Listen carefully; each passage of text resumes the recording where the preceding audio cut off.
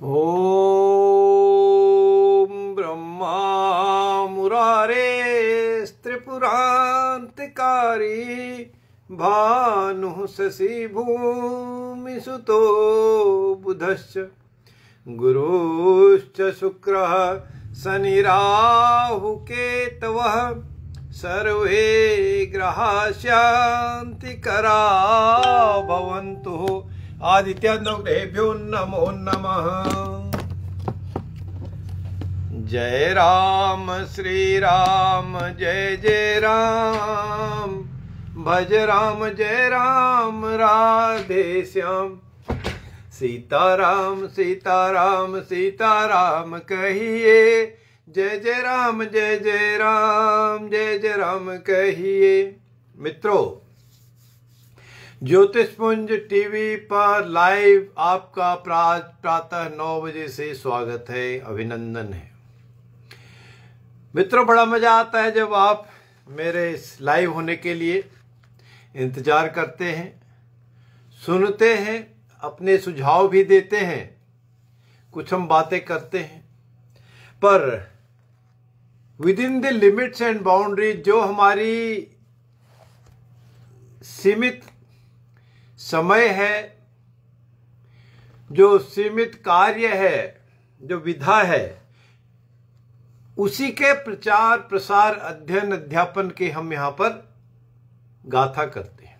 अर्थात महर्षि पराशर द्वारा सूक्त जो दिए गए हैं, जो ज्योतिष के सिद्धांत दिए गए हैं, उन्हीं की चर्चा करते हैं और उनकी चर्चा करते हुए ज्योतिष के अनुभूत सिद्धांतों को कैसे हम प्रयोग में लाएं ताकि इस ज्योतिष विधा की सेवा हो सके, इस विद्या की सेवा हो सके, वस्तु रूप में, वास्तु रूप में, वास्तविकता से हम इसका मिलान कैसे कर सकें और अर्थात एग्जैक्ट या सही या बहुत एडवांस स्टेज तक का प्रिडिक्शन हम कैसे कर सकें, उन्हीं तथ्यों को हम बात करते हैं।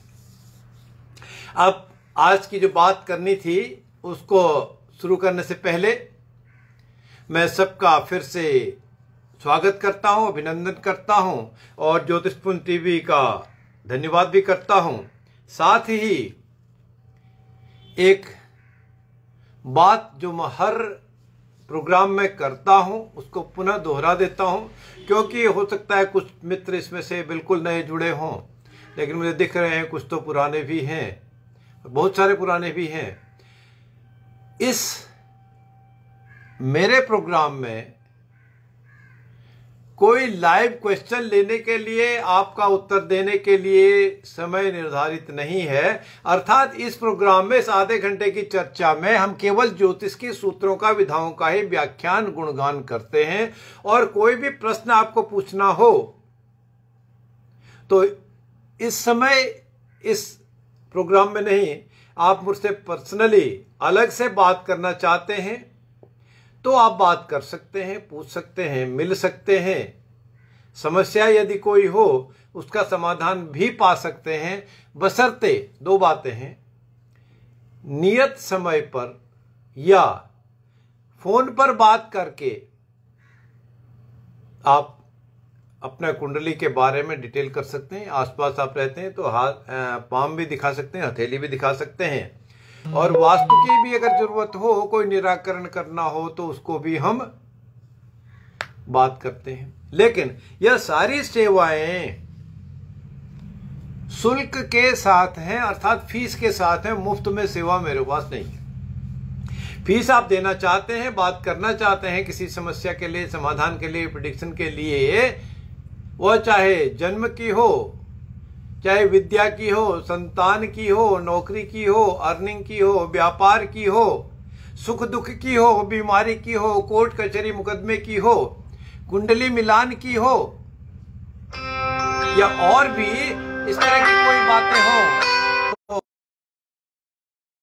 चलिए, आप इतनी बात, इसलिए आपसे अनुरोध है कि आप अपनी डिटेल ना पोस्ट करें। मैं डिटेल को नहीं पढ़ पाता हूं, ना मैं दे पाता हूं, और मुझे इसमें देखने के लिए इंटरेस्ट भी नहीं है। हाँ, अब कोई पूछते हैं किस वक्त कैसा रहेगा, मेरा डेट ऑफ बर्थ है, टाइम है, मुझे ये कुछ चाहिए, भैया फीस के साथ आप बात करना चाहेंगे तो जरूर करें, अन्यथा सॉरी।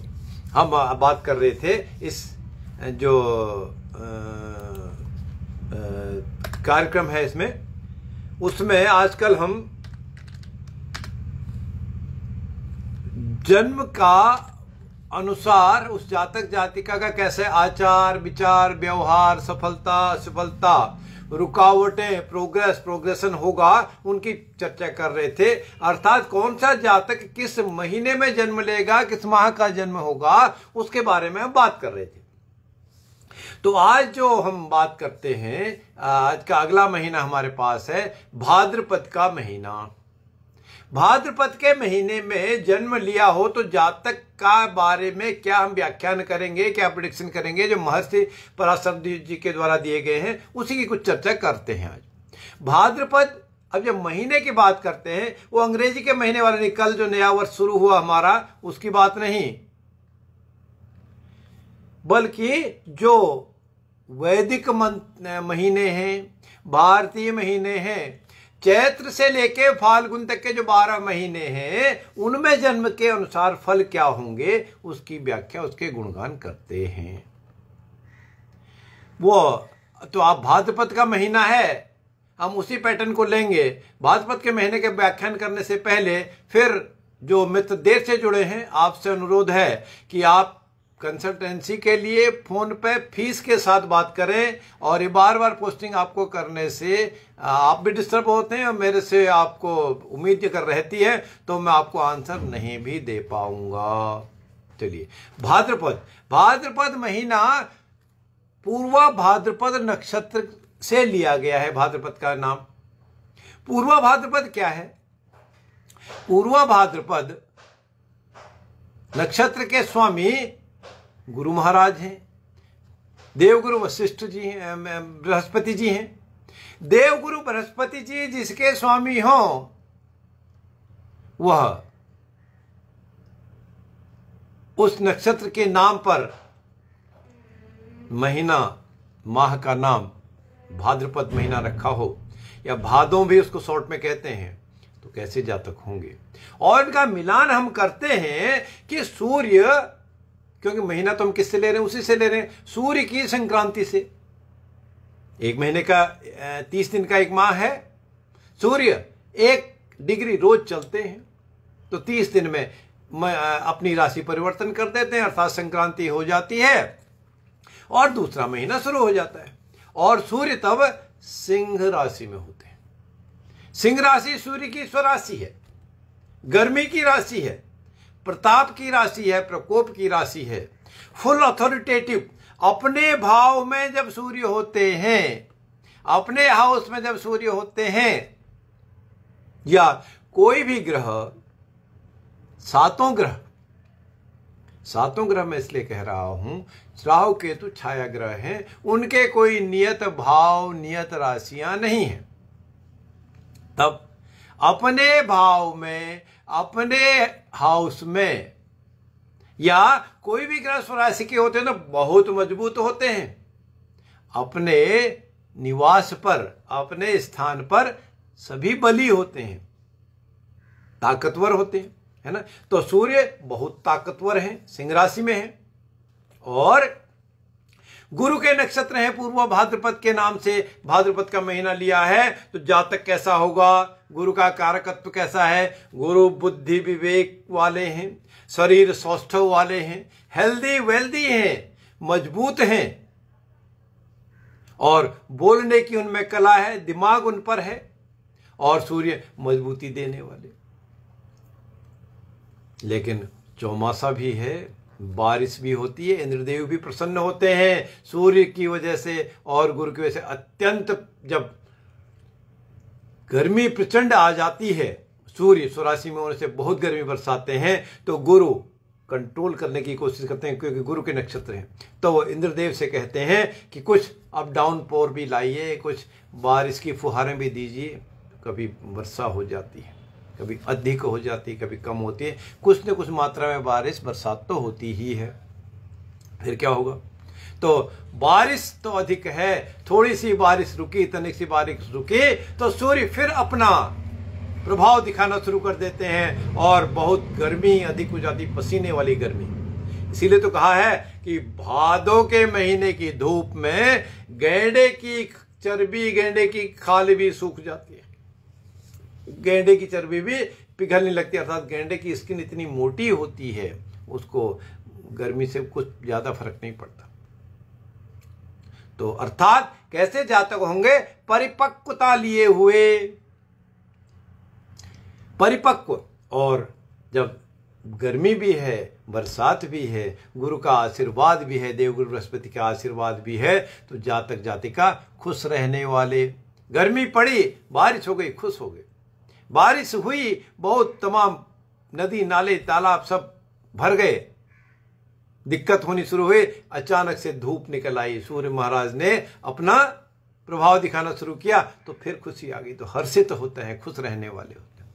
और सूर्य भी अथॉरिटेटिव हैं और वाणी के कारक बुध तो हैं, लेकिन गुरु बुद्धि देने वाले हैं। तो अर्थात जो बातें कहेंगे सटीक बात कहने वाले, अर्थात उनकी बातों को किसी के द्वारा भी काट पाना मुश्किल है। अर्थात प्रभावी बात करने वाले, प्रभावी बात कहने वाले। और ऐसे जातक जातिका संततिवान वाले भी होते हैं, जिनकी संततियां अर्थात संतानें भी होती हैं, पुत्र पुत्री दोनों भी होते हैं। और तो वर्षा की जितनी जरूरत है वह भी मिली, धूप भी मिला। और जब बरसात के मौसम में क्या होता है?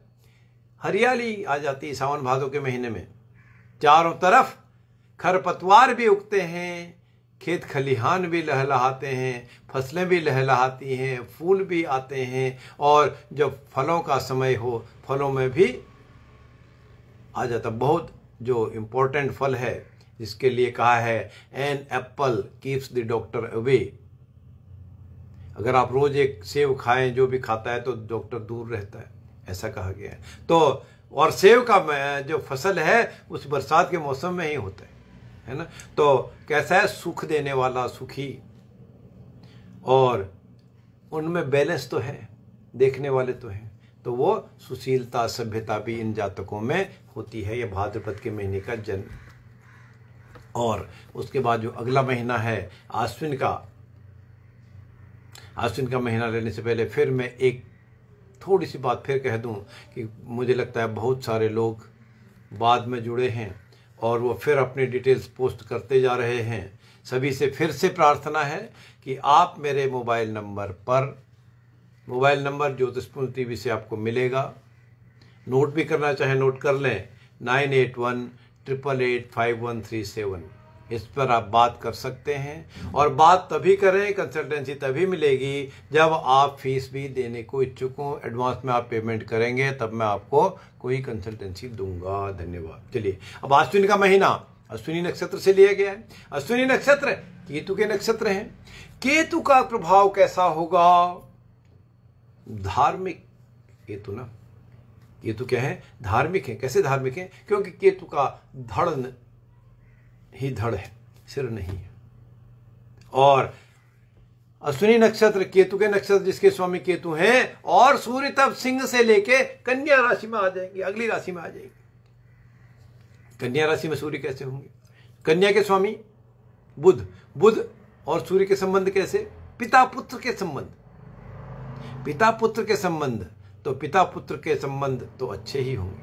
पिता क्या करते हैं? अथॉरिटी यूज करने वाले, पुत्र का कल्याण करने वाले, भला चाहने वाले, उनको प्रॉपर गाइड करने वाले। और गाइड करने वाले। और उधर केतु महाराज, हालांकि राहु और केतु का जब भी संबंध सूर्य या चंद्रमा से बनता है, एक ज्योतिष की भाषा में ग्रहण योग बनता है, रुकावट।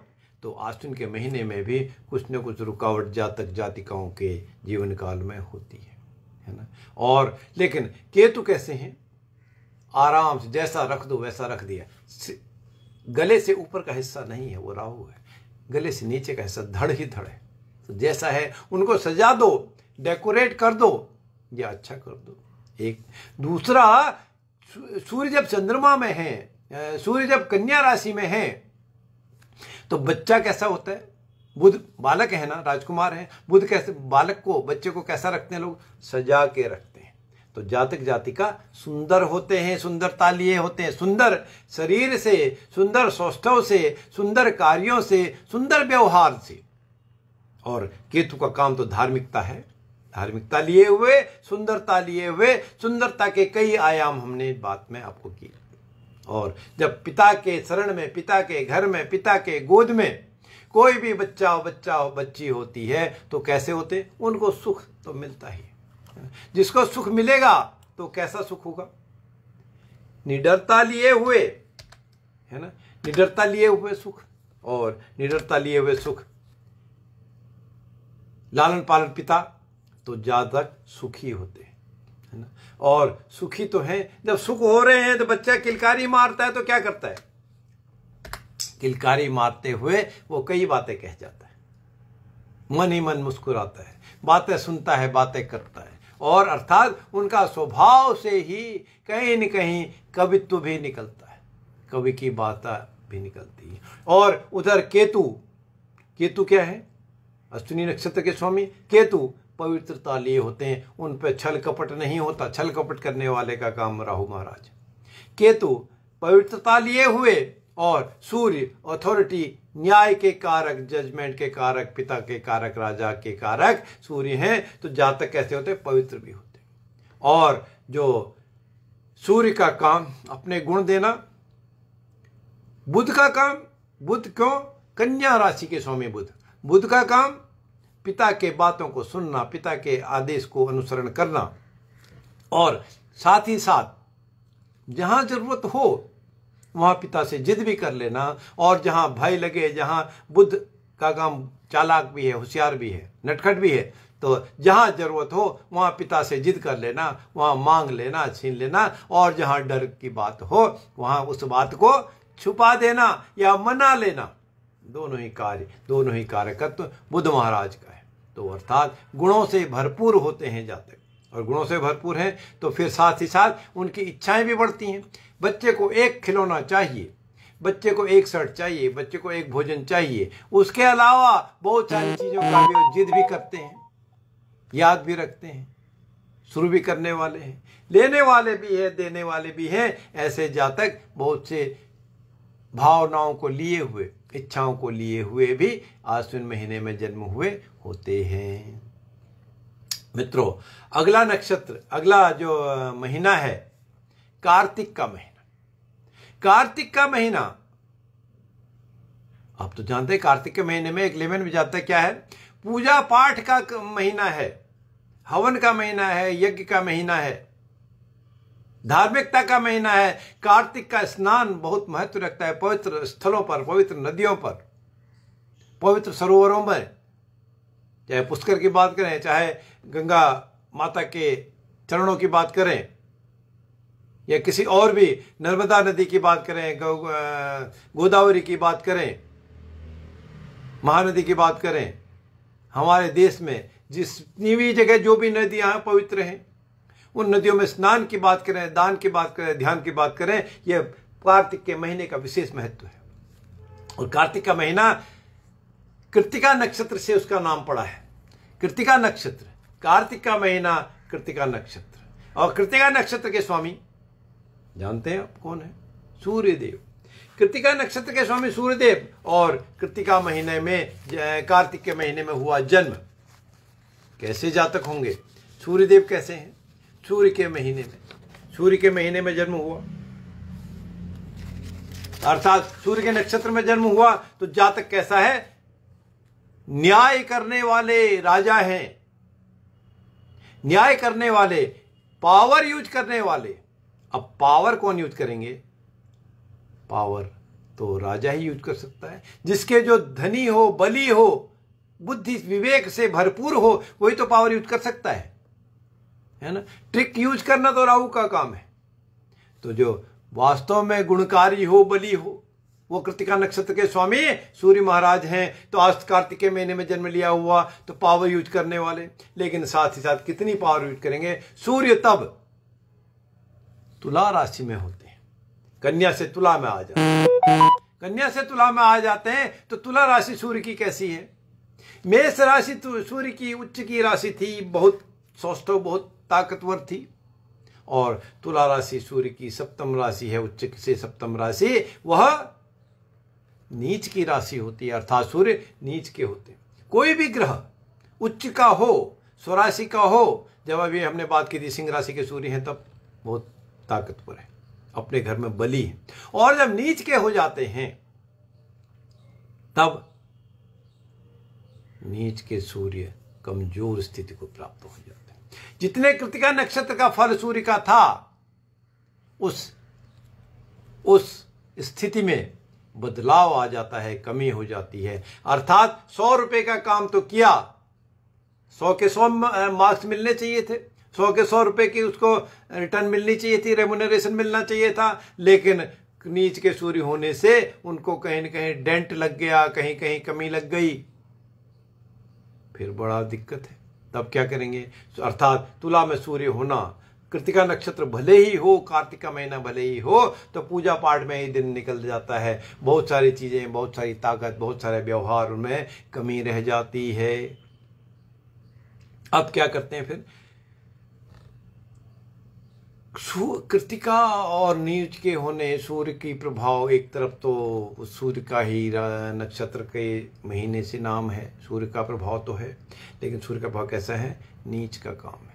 नीच का काम क्या है? दुष्टता लिए हुए, एक्सचेंज करने वाले, व्यापार करने वाले, सेल परचेज करने वाले, ऐसा हो जाता है। और बुद्धि की भी कुछ कमी होती है, क्योंकि धार्मिक कार्य तो करते हैं नीच लिए हुए। क्यों? नीच का काम जो तुला राशि है, तुला राशि सूर्य की कैसे? शुक्र की राशि है। शुक्र और सूर्य के संबंध शत्रुवत हैं, और सूर्य का क्या शुक्र से रिलेशन है? वैश्य का रिलेशन है, आय का रिलेशन है, दाय का रिलेशन है, आमोद प्रमोद। कहाँ एक तरफ राजा और कहाँ एक आमोद प्रमोद की बात।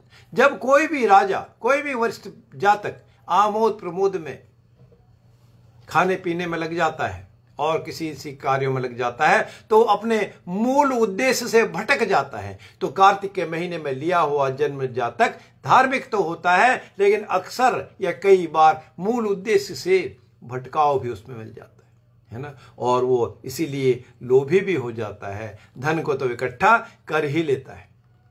ऐसी बातें ये कार्तिक के महीने के जन्म की थी। आज हमने 3 महीनों के जन्म के बारे में बातें की, भाद्रपद, आश्विन और कार्तिक। और इसके बाद हम अगले एपिसोड में, अर्थात आने वाले शनिवार के दिन, कुछ और महीनों की बात करेंगे, उनके जन्म की बात करेंगे। और फिर यह हमारा क्रम निरंतर रूप से, निर्बाध रूप से, अविरल रूप से चलता रहेगा। यह अविरल धारा ज्ञान की बहती रहे। आप सुनते हैं, आपका साधुवाद, धन्यवाद। विशेषतः ज्योतिषपुंज टीवी का, जिन्होंने बहुत सारे लोगों को जोड़ा है। लेकिन मुझे फिर भी आपको कहते हुए थोड़ा सा अटपटा भी लगता है, आपको भी शायद अच्छा ना लगता हो, इसीलिए आप में से, आप हों या किसी और हों, कुछ कमेंट्स भी करते हैं कि ये बताता नहीं है, इसमें तो फ्री होता है। इस तरह की भाषा कई बार मैंने सुने हैं। वो आपका, या जो लिखने वाला है, बोलने वाला है, सोचने वाला है, उसकी सोच है। भैया मेरी सोच तो क्लियर है। मैं तो किसी को तू तड़ा के भाषा न करता, न पसंद करता हूँ, क्योंकि परमपिता ने हमको अच्छी जुबान दी है तो अच्छी जुबान दे दें। बाकी मेरा तो जो व्यवहार है, मेरा जो सौष्ठव है, मेरे को जो आशीर्वाद पिता का, परम पिता का मिला है, मैं तो उसी को प्रयोग करूंगा। लेकिन साफ कहना, सुखी रहना, यह बात भी जरूरी है। इसीलिए आप फिर भी चाहें कंसल्टेंसी करते हुए, ब्रजेश तिवारी जी भी बहुत बार मैसेज कर रहे हैं, रिपीट कर रहे हैं। शायद ब्रजेश जी आप देर से अगर आए तो आपको ना पता हो, लेकिन और भी बहुत सारे लोग हैं, प्रणाम भी लोग करते हैं। सभी को आशीर्वाद भी है, प्रणाम भी है। माँ भगवती आपको और अधिक सुखकारी, गुणकारी रखे, आपको और आगे बढ़ाए, इस कामना के साथ आप कंसल्टेंसी के लिए फिर चाहें तो मेरा नंबर 9818885137 पर संपर्क करें। नंबर भी तभी नोट करें, संपर्क भी तभी करें जब आप फीस देना चाहेंगे। बिना फीस के नहीं है, क्योंकि भूखे भजन न हो या गोपाला, आप फ्री में चाहते हैं, बहुत सारे नौकरी चाह रहे हैं, प्रमोशन चाह रहे हैं, विवाह चाह रहे हैं, भाई जिससे आप ये सेवाएं चाहते हैं उनको भी तो कुछ अर्पण आपको करना ही चाहिए। भगवान के मंदिर में जाके लाखों करोड़ों रुपए तो मांग लेते हैं इंसान, लेकिन जब उनको अर्पण करने की बात होती है, चढ़ाने की बात होती है, फिर वो सिक्के ढूंढते हैं। भैया सिक्के नहीं हैं, इसलिए हम नोट नहीं चढ़ाएंगे मंदिर में। तो भगवान भी जाकी रही भावना जैसी, प्रभु मूरत देखी तिन तैसी। जब आप चढ़ान मांगेंगे तो लाखों करोड़ों अरबों सारी सुख सुविधाएं, सारी संपन्नताएं, सारी पावर, और चढ़ाने के लिए, अर्पण करने के लिए इस परमपिता को, भगवान को मंदिर में आप सिक्के ढूंढे और फिर भी आ जाए कि सिक्के तो नहीं है, खुले नहीं है, छुट्टे नहीं है, इसलिए फिर कभी आएंगे तो चढ़ाएंगे। तो फिर आपको रिजल्ट भी आपसे मतलब है, दूसरे को जो भी ऐसी भावना रखता है, रखती है, उसको फल भी वैसे ही मिलते हैं। इसलिए हम उदार बने और आगे देने के लिए भी यदि हम किसी से कुछ उम्मीद रखते हैं तो फ्री में नहीं, फ्री में कोई चीज़ लेनी अच्छी नहीं है। और दूसरी बात मैंने पहले कह दी कि भैया भूखे भजन न होए गोपाला। भैया अब आप देंगे तभी तो काम चलेगा, नहीं तो कहाँ से चलेगा। अदरवाइज अपना भी समय क्यों खराब करें, हमारा भी क्यों खराब करें। धन्यवाद। गुसाई जी भी कुछ बात करना चाह रहे हैं। सीमोर भैया, गुसाई जी धन्यवाद आपका, आपने लिखा है सीमोर, लेकिन आप देंगे, बात करेंगे, फीस पे करेंगे तो आप मेरे से संपर्क कर सकते हैं। और आने वाले शनिवार के दिन ज्योतिषपुंज टीवी पर लाइव फिर मिलेंगे। हाँ, आपको मेरी बातें अच्छी लगती हों, ज्योतिष का ज्ञान अच्छा लगता हो या मुफ्त है, इस ज्ञान के लिए आज मेरे को बहुत सारे मित्रों ने बातें की हैं कि आने वाला समय कैसा रहेगा या साल कैसा रहेगा। अभी भी कुछ लोग पूछ रहे हैं इस पर लाइव पर भी। तो अगर आप इंटरेस्टेड हैं, आज मैं 12 बजे पूरा 12 राशियों का और पूरे 2021